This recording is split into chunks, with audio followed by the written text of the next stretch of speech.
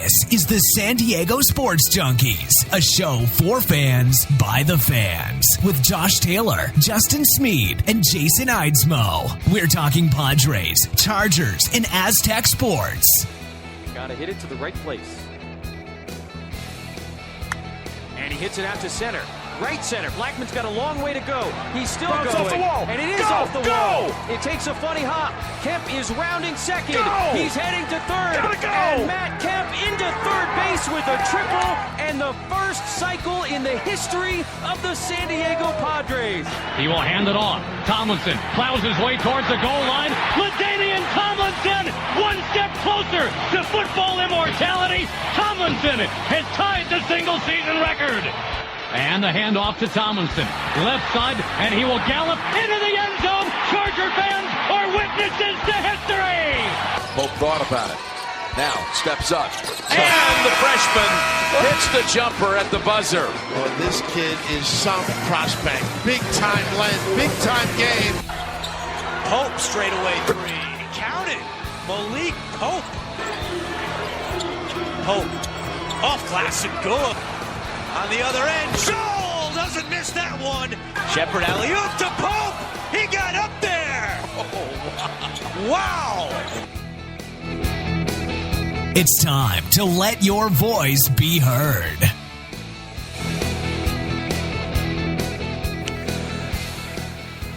All right, happy football Sunday, everybody. It's Sunday.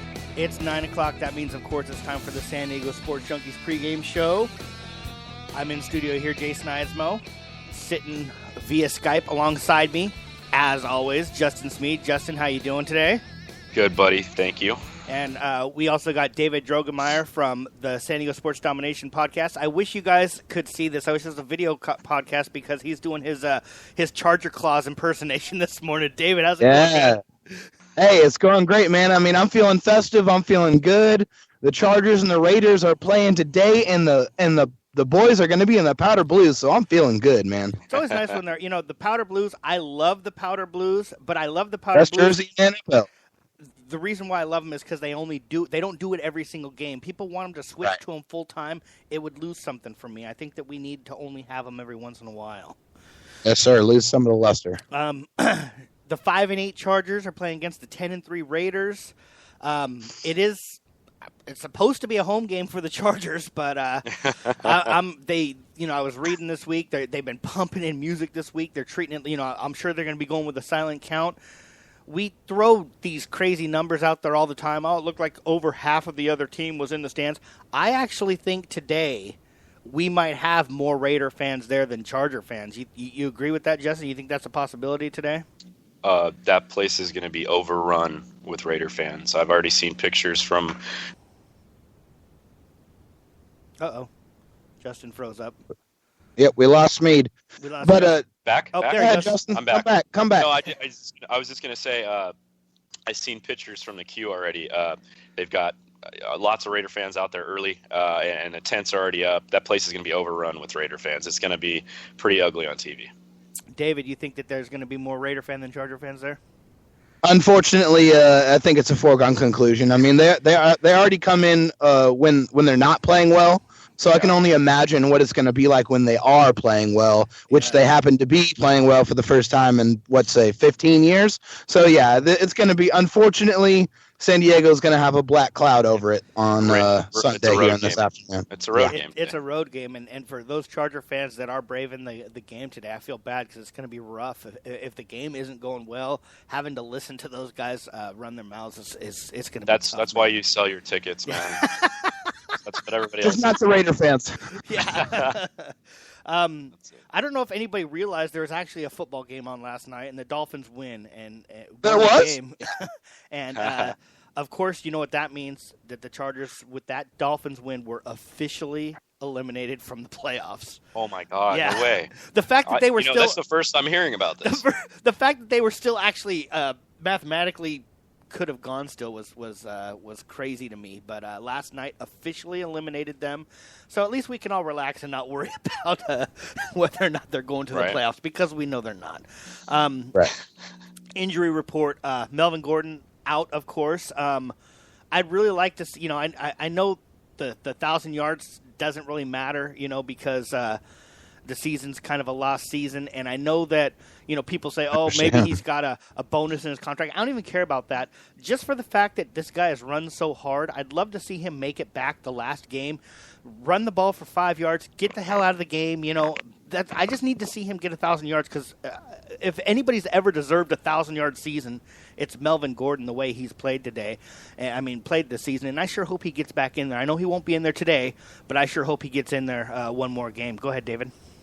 Yeah, well, just got a question for you guys. So after the year that he had last year, the performance that he did put on the field this year, do you think he's in contention for comeback player of the year? Absolutely.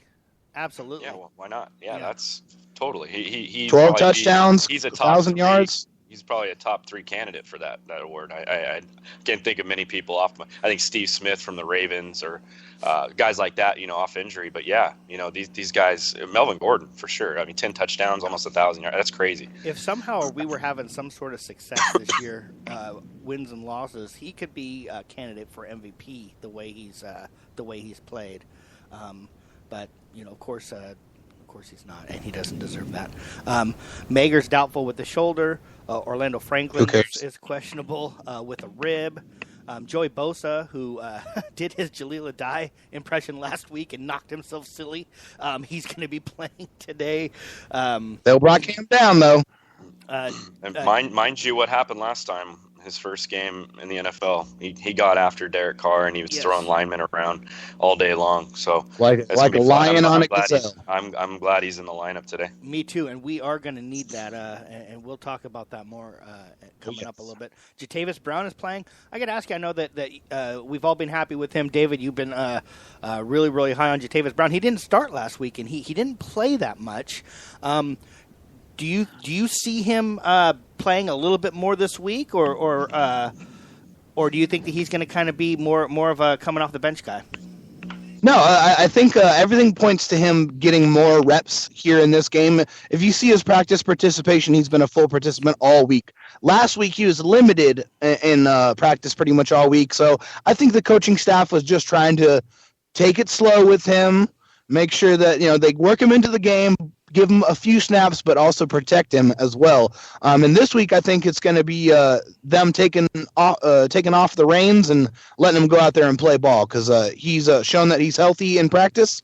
So hopefully we can see more Jatavis Brown here in this game. I'm just wondering if maybe because Corey Toomer has played pretty solid, pretty good this year, and he's been making the calls on the defense, and they want to keep the continuity going, and that's why they keep starting Toomer and bringing Jatavis Brown off the bench. Either way, Jatavis Brown's had a great season. Toomer's had a really good season too. So it's not it could be it could be worse. It certainly could be worse. That kid deserves some money in the offseason. Yeah. Yeah, absolutely. I'd love to bring him back. Milestones, Gates is still 2 touchdowns away from Tony Gonzalez at 111. If he gets 2 more, he'll be tied with him with 111. Let's get that today. Okay. Yes. Since we have nothing more to play for, let's go ahead and get the record. Let's go get it. Another thing I'd really like to see, he's had a really, really good season. He's been asked to step into a role that he wasn't really ready for, and that's Tyrell Williams. He's only 95 yards away from 1,000.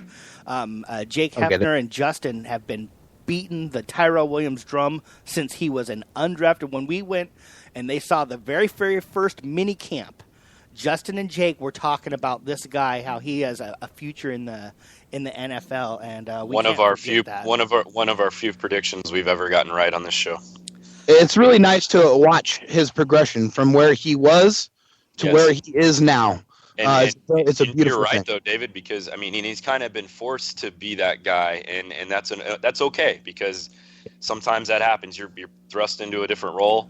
Here, you got to be the man now. I'm sorry, this is just how it is. He's done okay. He's done great. Really good with it. He wasn't ready for it. I'll tell you what. He was not ready to be a number 1 wide receiver as great as he's played, and he's done really good. He's done really good. Solid job. I love the heart of this kid too, playing with a shoulder injury all year long. Exactly. Hal joined us in the chat room, and he's suggesting that next year maybe Rivers could be comeback player of the year. Here we go. It's only hey, I hope so. 9:09 in Let the me morning. tell you, if Rivers next year gets to comeback player of the year, then he's going to have just an absolute killer year. Because we're in the playoffs and we're looking good. Yeah. Yeah, so that'd be fine with me. I know that he said it in jest, but I'll take it, man. Josh Lambo, 2 field goals away from kicking his 50th field goal. That would put him in 6th place, all-time Chargers. That's pretty good. He's been really good, actually. I mean, he hasn't been perfect. He has not been perfect, but he's no worse than Nick Novak. And his kickoffs have been outstanding. Let's not. At least Nick Novak can make a field goal over 50 yards. Well, Lambo has made a single field goal over 50 yards the entire season. Yikes. Okay. I'll give you that. And he has been a little bit shaky on the long field goals, but I'll tell you what, his kickoffs have. Nick Novak can't get a touchback, and with our horrible special teams this year, the fact that he's kicking it out of the end zone is good for us, because I think that if we had Nick Novak, we'd probably have 2 or 3 touchdowns given up for the kickoff. Casey Hayward has 7 interceptions.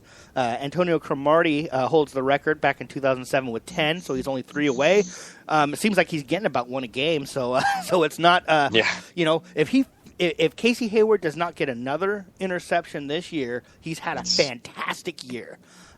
So it would be nice to see him get to that 10. I would love to see that. Other than that, that's really all I have for our opening section of the show.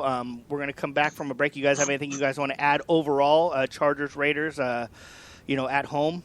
I just want to mention you look devilly handsome today, Jason, on that side of the screen. So that's what I wanted to add. A little fun fact, I guess I'll toss in there for you. Phillip Rivers' first professional game was against the Oakland Raiders. Oh, really? Monday Night Football. Really? Sir. Did he throw the touchdown pass to Malcolm Floyd in that game? I believe he did. Yeah, yes. I think they only let him throw 15 times or something, and he threw for 220 yards and it was great. Yeah, that was awesome. Remember those days? The good old days. Sometimes I'd like to bring them back. Yeah. All right, we're going to take a quick break. We're going to come back and talk about what the Chargers need to do on the offensive side of the ball to beat the Raiders today. We'll be right back, guys.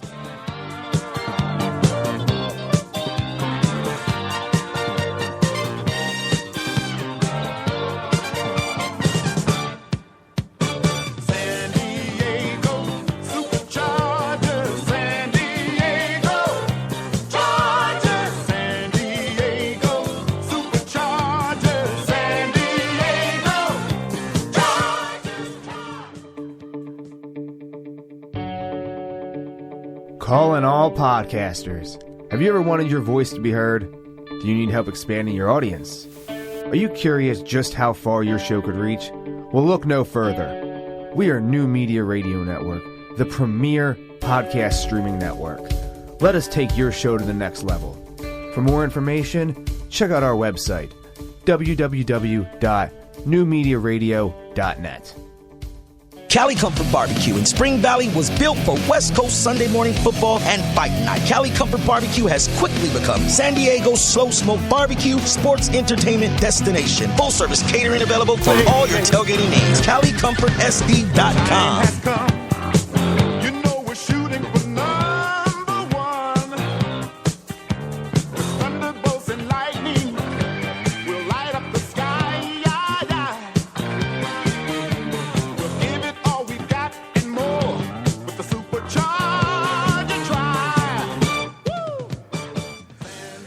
All right, we are back ready to talk about the Chargers on offense. We got Mikey is not joining us on Skype, but he is in the chat room, and he made I know that him and Hal are going to gang up in the chat room and talk about Phillip Rivers today because they're both in the chat room together, probably sitting next to each other.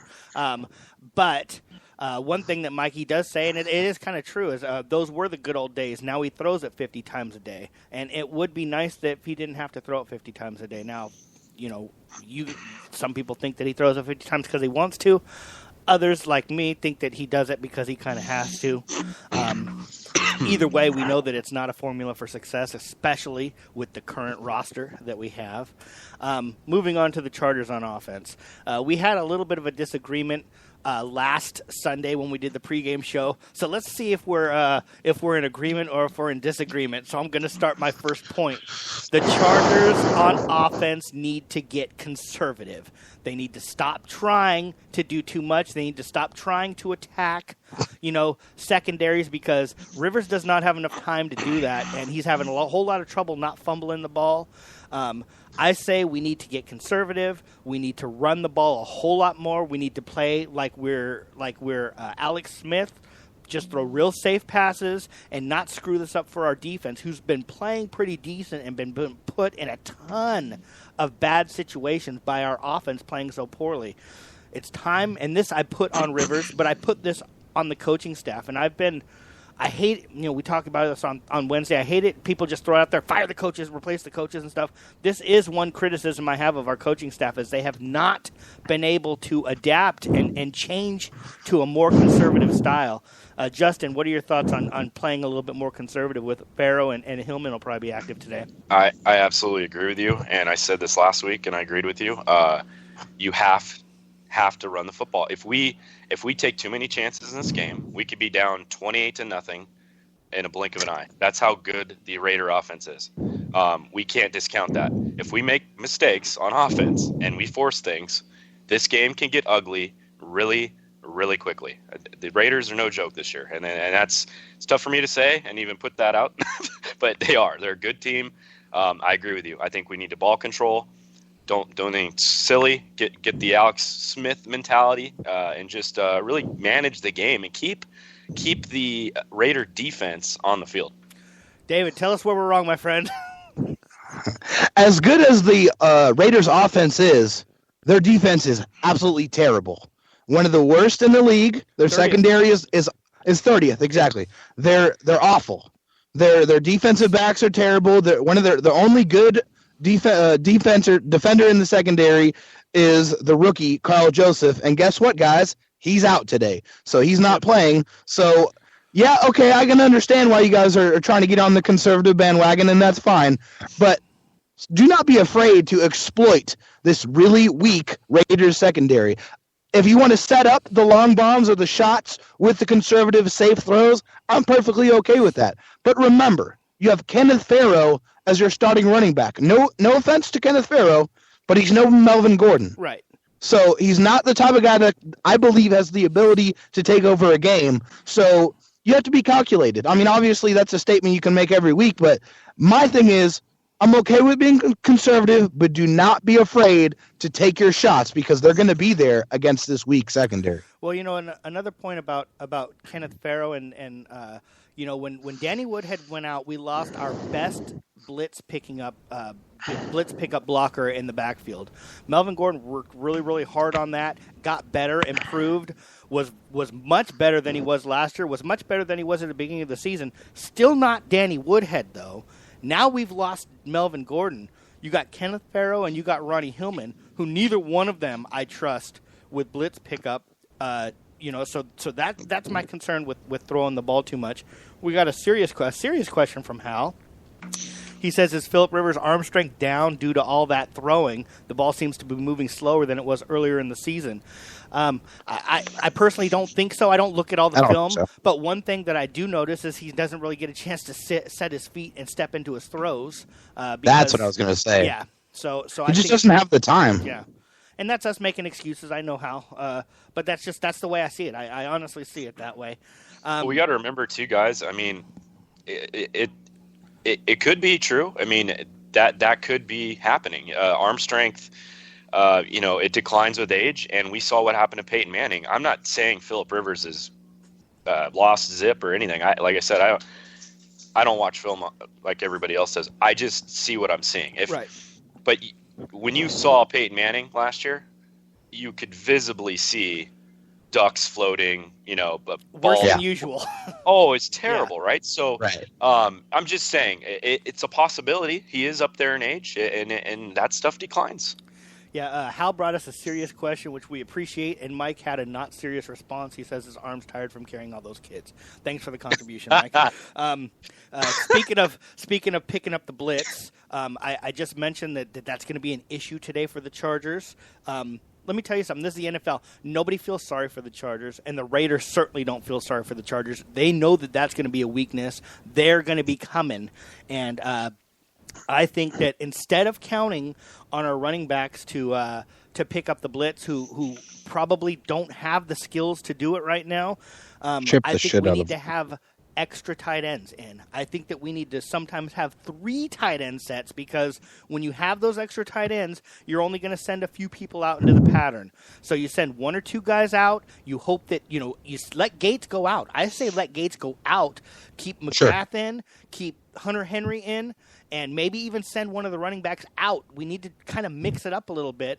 But we can't throw these 5 guys out into the pattern right now. We're just not going to be able to do that. And that's going to go right alongside with my being conservative, David.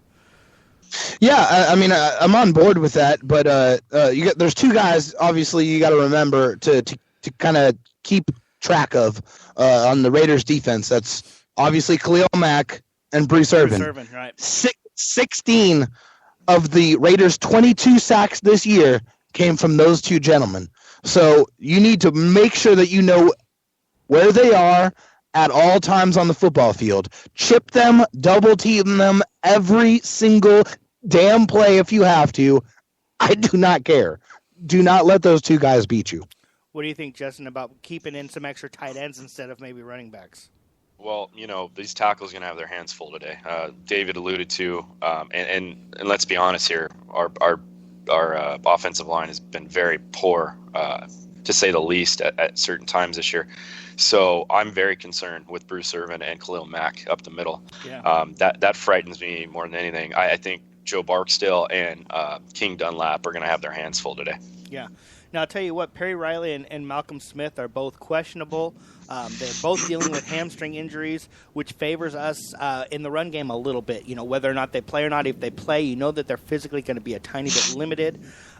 So that, that's maybe something that we could possibly expose. You never know. I do think we need to establish the run game.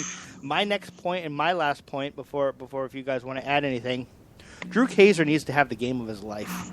I'm really, really tired of these 35-yard punts. The fact that the only time you see him have a decent punt is because he kicked it so short the guy couldn't catch it and we get a good bounce. But I keep bringing this up because somebody brought it up to me a few weeks ago. When was the last time you saw a punt returner step backwards to field one of his punts? It just does not happen. And if we're going to play the way I want them to play, which is a conservative style, that means, and this is why I put this with our offense today, Drew Kaiser needs to punt the ball like a draft pick, not like an undrafted rookie, Exactly. not like a guy that was cut from somebody else. We wasted a fucking draft pick on a punter who has been playing like absolute shit.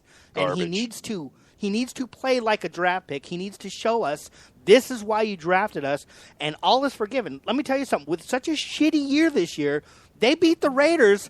A lot of stuff gets forgotten. We aren't going to the playoffs. This is it for us. He needs to show us. What do you think, Justin? What do you think about that?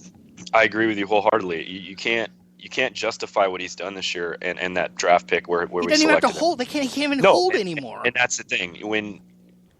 When your return team is looking around, going, where the hell's the? I mean, it's comical. It's comical. He needs to play better. Flat out, he's been pathetic. Yeah, David.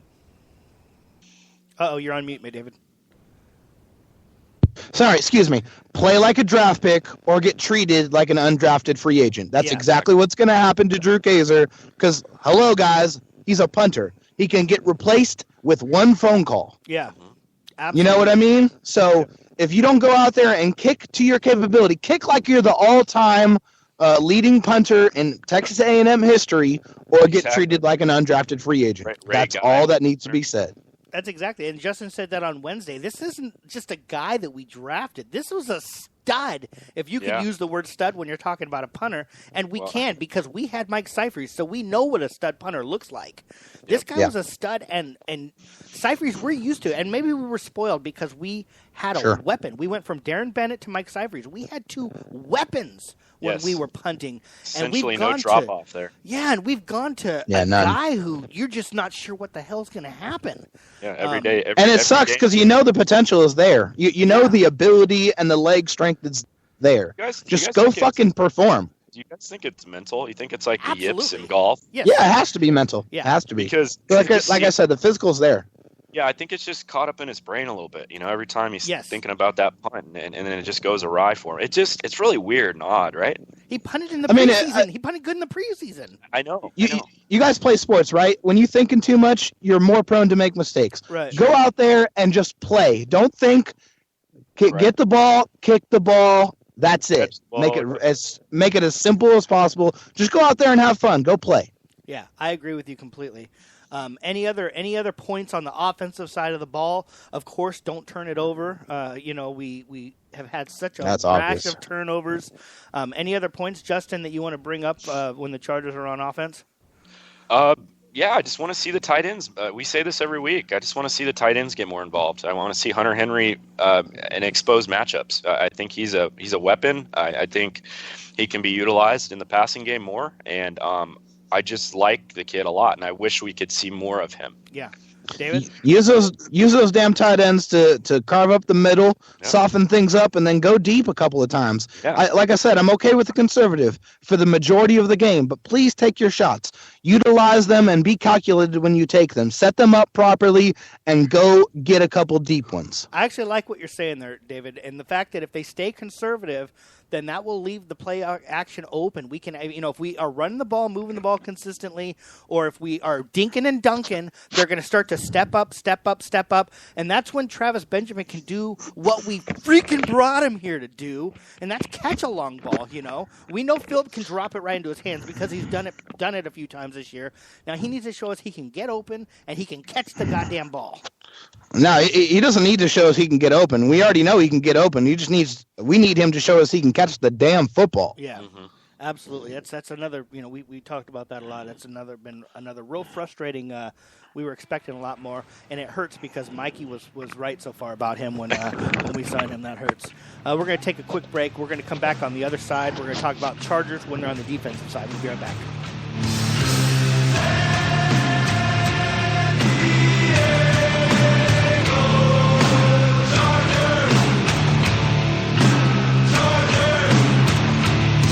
The West Coast is back, better respect the name. It's the San Diego Chargers, feel the lightning bang. Kill the hype, we reign, SB running this game. This is 619 straight, born and raised. This ain't no fad or phase, this is Cali for life. We gon' rally tonight, so pump your fist till you get it right. And keep it real so all the day go can feel you buffing out. Sing the anthem so the whole world can hear you. Need help with your business project that is due? Maybe you need business cards to help your business stand out. We at San Diego Sports Junkies got you covered. SK Digital Imaging can do it all. Give our buddy Sean K a call, 858-408-0732. SK Digital Imaging, from business cards to the bigger projects, SK Digital Imaging and our buddy Sean K will get your printing done right. Cali Comfort Barbecue in Spring Valley was built for West Coast Sunday morning football and fight night. Cali Comfort Barbecue has quickly become San Diego's slow smoke barbecue sports entertainment destination. Full service catering available for all your tailgating needs. CaliComfortSD.com. Cali Comfort Barbecue in Spring Valley was built for West Coast Sunday morning football and fight night. Cali Comfort Barbecue has quickly become San Diego's slow smoke barbecue sports entertainment destination. Full service catering available for all your tailgating needs. CaliComfortSD.com. All right, we are back. Oh man, I hope they're playing this out at the stadium right now. Love to hear this song when I go to the games. We're going to talk about the Chargers when they're on defense. This is going to be real interesting because the first point I want to bring up is the Chargers are going to have only 4 cornerbacks active, which doesn't sound crazy, except that we have our number 1 cornerback is the guy that was brought in to be the number 3 guy. He's had a great season, but Casey Hayward, and I expect him to play really, really well today. The next three guys weren't even on the roster to start the season. That's Trevor Williams, he was playing good all the way up until I said he was playing good. Then he had a rough game. Trayvon Reed, who got a big interception last week. That the touchdown was called back, could have won us the game, but it was a good call. He was touched. And then Robert McClain, who's been with the team since Monday. Going to be really, really interesting with that group of cornerbacks. Now, I don't know if you guys remember when we played the Raiders last December, but we had an issue with the shortage in cornerbacks also. And I don't know if you guys remember watching Dontrell Inman out there playing safety yes, in that game. I do remember. So we have a tendency to be... hopefully we don't see that anymore. Oh, my God, yeah. Although, with the way our safeties were playing, if I remember correctly, he wasn't much of a downgrade last week. Wasn't bad. No, he was a body. It was better than playing 10. So my first point here is, number one, now I don't know enough about film and all that stuff, but I got to think that they're going to probably play a little bit more man the zone today, because zone, you need guys working together more. You need guys to have an understanding a little bit more. Man, you say you got that guy, you cover him. So that means that pressure is going to be very important. Our front seven needs to get pressure, and we need to help out the secondary, who is very, very inexperienced with this team. I know McClain, the Panthers cut him. We signed him Monday. He has some NFL experience. Trevor Williams has been with the team for a little while. Trayvon Reed has played a little bit, but none of these guys would be guys that you would expect to say, oh, these guys are a group of experienced players. Lots and lots and lots of pressure. Which means I blitz. Blitz. Let's give their tight end every single play. Exactly. Yeah. Why not? Every single play. If you've listened to my podcast, Selfish Plug, here on Thursdays about 7-8 o'clock or so on San Diego Sports Domination on Facebook and Twitter, only defensive point I had the entire preview is pressure. Every single play. I don't care what you do on the back end.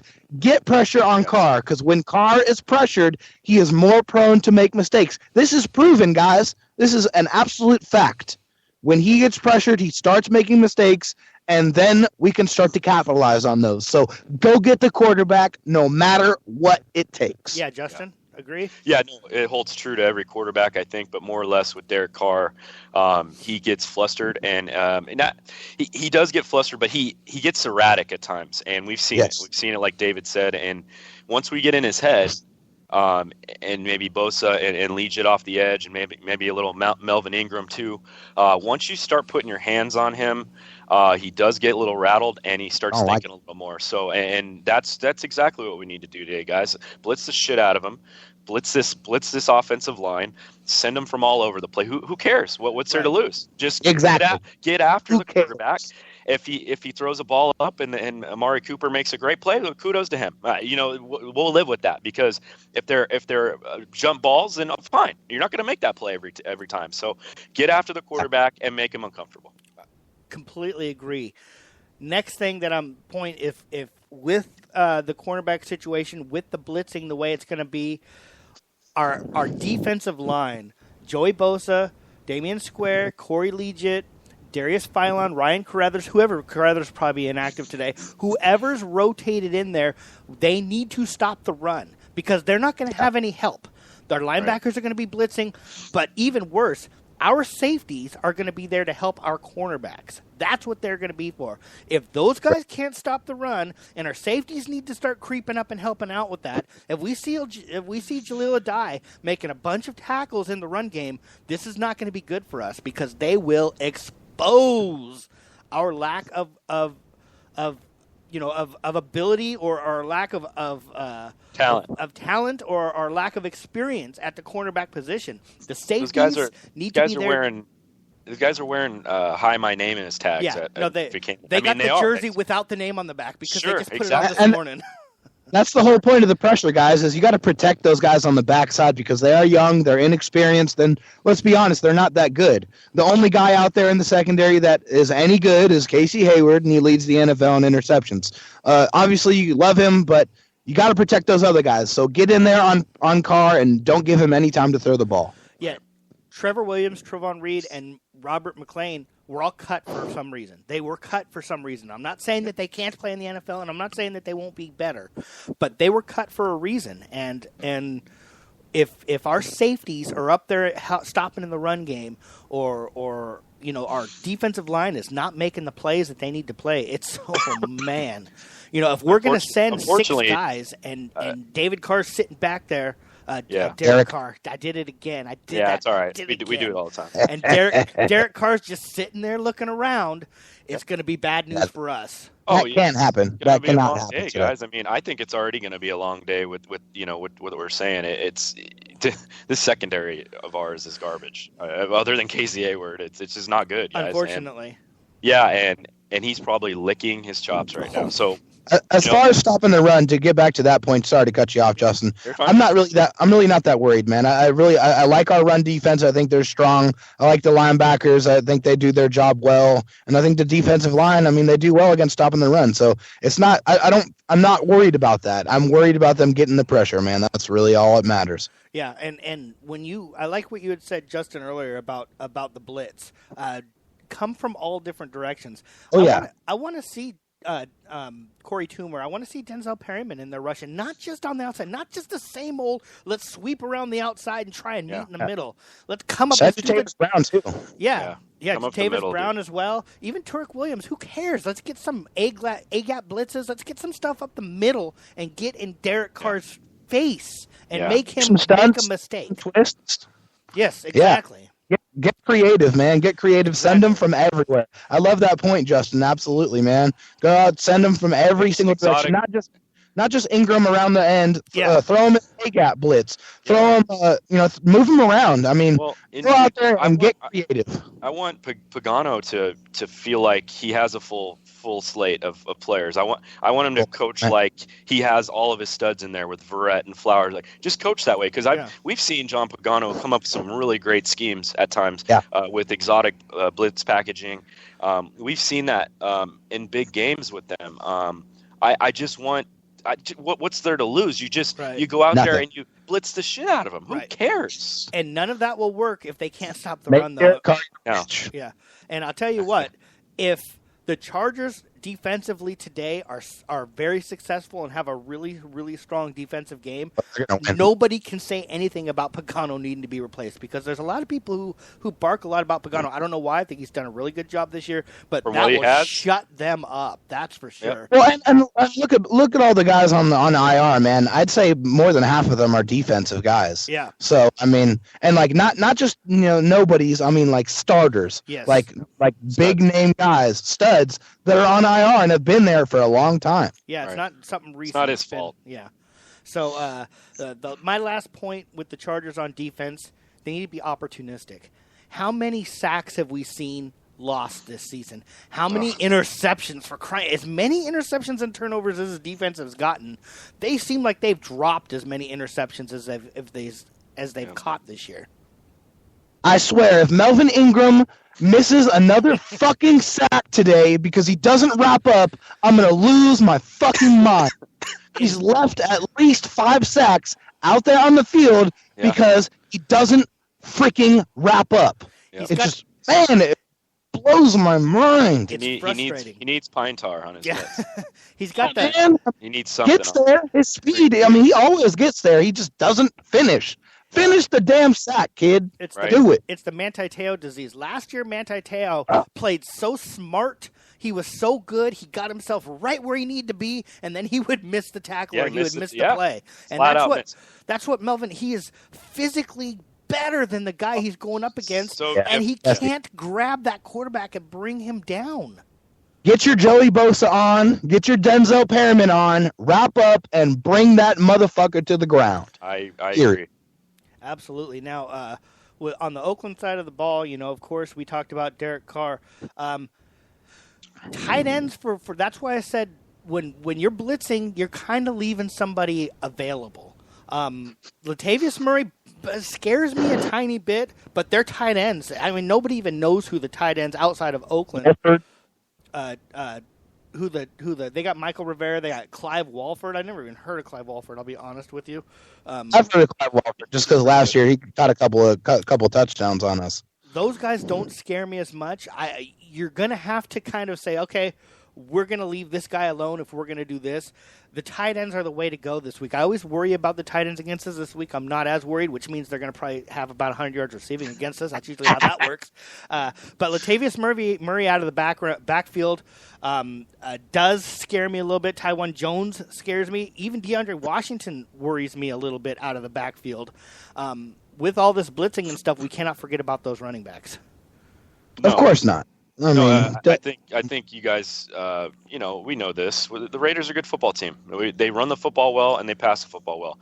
You have to shut down one of those elements today, and it doesn't mean you have to hold them. Just hold them under 100 yards. Don't let them go nuts. No big gainers. If you're gonna let them get 3 yards, okay, I live with that. But I don't need gashing runs up the middle. That's what we got to avoid, because the more they run and the better they run, the better the pass game gets. And Amari Cooper and Michael Crabtree are just too good on the outside with a depleted secondary. You have to shut one of these elements down with the Raiders. And it's funny that we talk about the Raiders like this, but it's true. They are such a good football team now, and we really have to be conscientious of that and shut something down today. If I had a preference, I'd have them shut the pass down. Do everything you can to shut the pass down, and that's where the pressure comes in to help that element out. If you try to make them beat us on the ground, then I love our chances. I love our chances because I love our run defense. Yeah. I still think our run defense is top 10 in the league. So, yeah, shut down the pass as much as possible. Obviously, that's an extremely tall task with this bad secondary and these really good receivers on the outside. But if the Chargers can stop the pass today and make the run beat them, they're going to win this game. All right, let's put this one on the record here, because we've all agreed on this. Hal is actually on the other side, and he's not. I don't think he's being a troll. I think he's being serious here. He looks at it differently. He thinks the Chargers should focus on stopping the run and dare an injured Carr to beat you, because Derek Carr does have the injured finger. I disagree with what Hal's saying, but I want to bring it up as a point, because when we talk on Wednesday, we want to maybe, we'll have to see. We'll have to see how the game went, of course. But it's a different perspective. I don't know. One thing that David, you've been really hot on this on the Chargers' run defense, and even early in the year I was questioning you, but they've been good. Whether they've been good because our pass defense has been so bad and people are going up against it, the bottom line is our rush defense has actually looked pretty good. When people are running the ball, they're not running it with a whole lot of success. So I think that we need to. I agree with both of you guys on that. My last little point I want to make on the defensive side of the ball, with us, if we're going to be blitzing a lot, there's going to be a lot of one-on-one matchups. Sure. I don't need these defensive linemen to necessarily beat their men. I need these defensive linemen to get their fucking hands in the air and knock a ball down. Have we seen one tipped ball that's yet a great point, from man. our That's defensive line? I'm sure it's happened. We're pretty deep into the season. I think Corey Liuget got one in the beginning of the year, but it's been a long time. No balls are getting knocked down. I'd love to see them popped up in the air. Trust me. I'd love to see our defensive linemen act like our wide receivers and just pop the ball straight up into the air. But just knocking it down is such a huge it's such a huge point for the defense to be able to do that and ruin the down for the other team. Get your damn hands in the air. You're going one-on-one. You're all going to be one-on-one. Get your hands in there. If you can't get to him, knock that goddamn ball down. Derek Carr, I know he's 6'3", but our defensive linemen are all probably that tall anyways. Let's start knocking this ball down. At least. Yeah. Yeah, I love that point, man. I haven't seen it since the beginning of the year, and I barely even remember it. I don't even know if it actually took place. So if the defensive linemen did jump up and get their mitts in the air, man, I'd love to see that, because, sometimes just that action can turn into a big play for the defense. Absolutely. And it also, like I had talked about earlier about being opportunistic, that is the way that we can get some opportunistic turnovers. That's the way that we can get some turnovers that maybe aren't really necessarily the quarterback's fault. Pop that ball up into the air, have your safeties swoop in and grab that ball. Don't fucking drop it. That's a great point.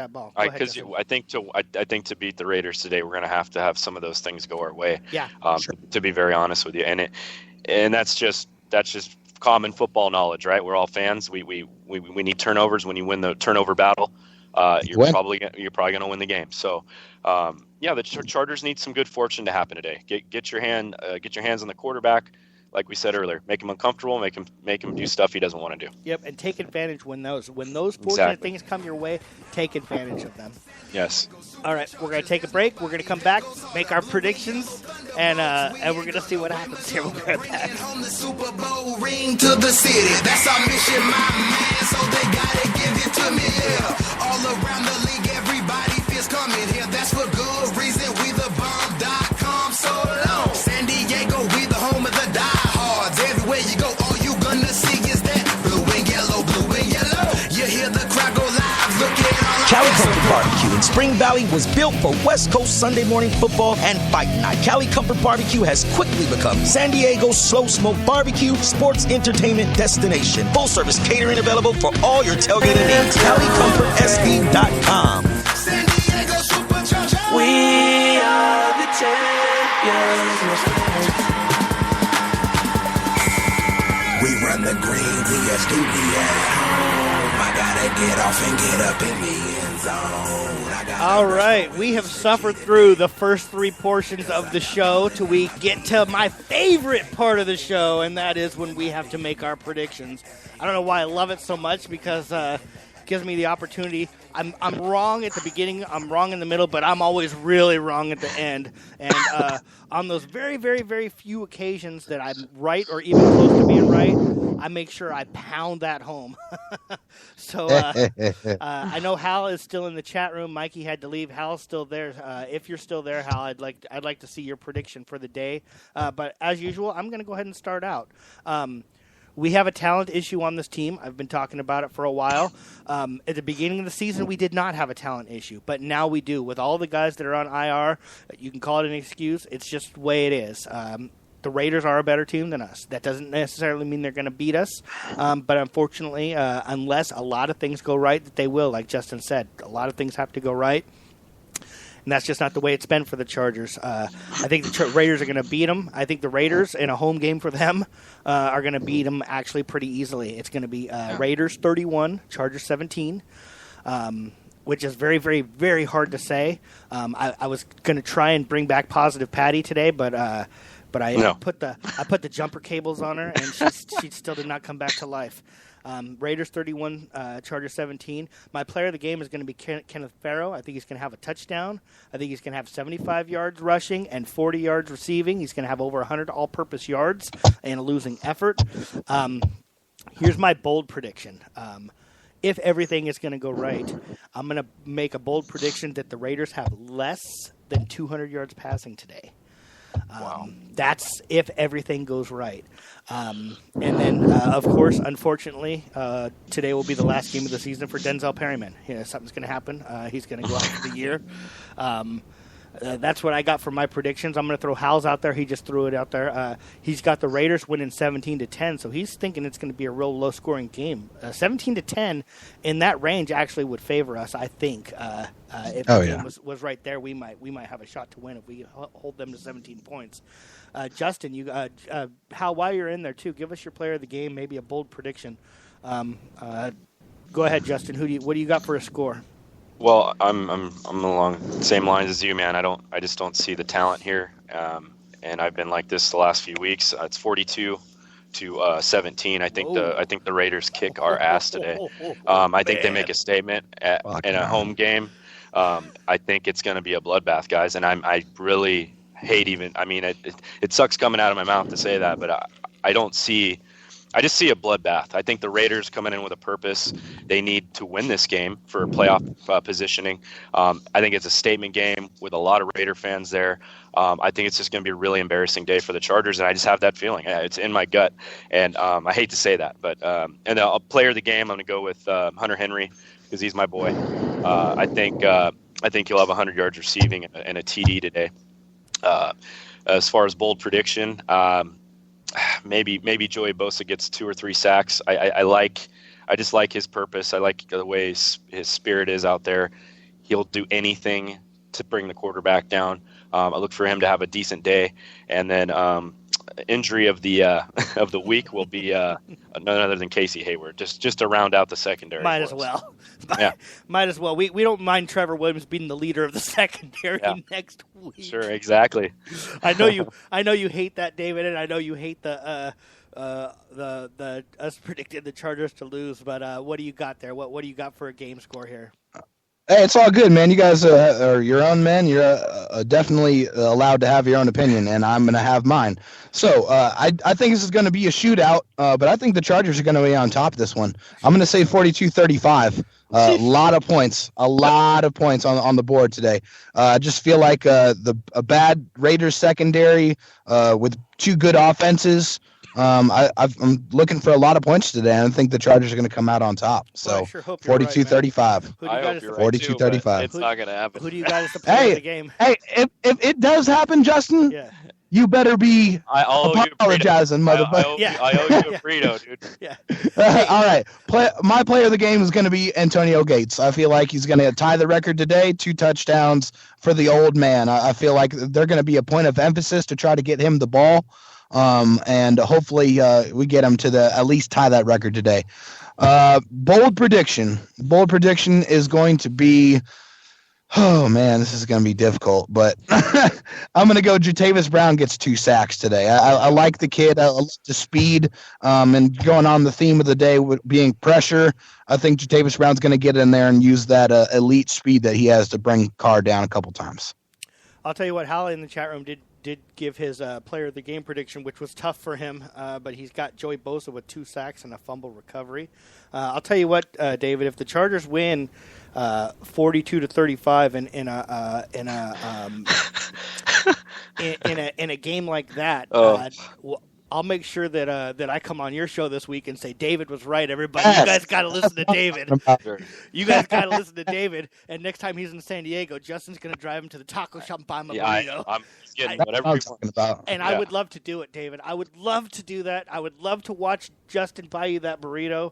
I don't think you're right, but I'll tell you what, I'm wrong more than I'm right. Ask anybody who's listened to the show. I mean, whether I'm right or I'm wrong, I mean, I just want to see a good game today. Go out there and play balls to the wall for 60 minutes and play like nothing matters, because guess what? Nothing does matter. Nothing does matter. I agree. Justin, any last words from you? No, that's it. I just want to see a spirited effort, and I want to see the team play. Just fight. Just don't lay over. Don't get steamrolled, which I think they will. But don't do that, and just play good football. But it's solid football. Don't turn the ball over. That's all we can ask for. Hal also does hope that Gates gets his 2 touchdowns so he can retire. We talked about that on Wednesday. I actually would love to see Gates come back in a more limited role, not be the man. We can talk about that on Wednesday. My last words for today, of course, I want to see David be right. Of course, I want to see the Chargers win. But I need to remind everybody, we only have 3 precious games left this year, counting today. So whether they win or whether they lose, enjoy watching the game, because in a month you're going to be, or in a month and a half, you're going to be missing it going, man, I wish, instead I was just so angry, I wish I was enjoying watching the game, because they're precious. You only get 3 more of them this year. Let's enjoy them. Let's not worry about the noise. Let's not worry about the IR. Let's not worry about any of that stuff, and just enjoy the game. And you know what, Chargers? Go and get a fucking win today. It's okay. Yeah, baby. It's okay to win. What's wrong with that? Yeah. It's okay to win. I'll take 8-8 now. If they can win the rest of their games, I'll take 8-8. Right. All right, man. The Chargers win. All right. Go Bolts. Thanks a lot, Justin, as always. David, San Diego Sports Domination Podcast. We appreciate you joining us each and every Sunday morning. Go Bolts. We'll talk to you guys next week.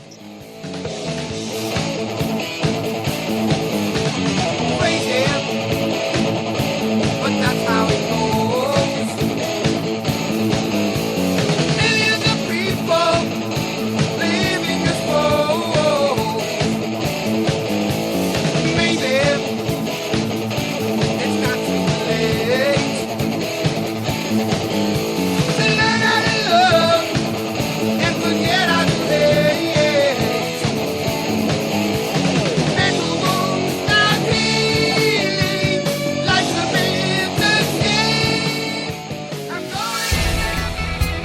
Thank you for listening to the San Diego Sports Junkies, a show for fans by the fans. Brought to you by Cali Comfort, home of the low and slow barbecue, and SK Digital Imaging with Josh Taylor, Justin Smead, Jason Eidsmoe, and Mike Maciejewski. Subscribe to us on iHeartRadio, on Spreaker, and on iTunes. Visit SanDiegoSportsJunkies.com for all your Chargers, Padres, and Aztecs news.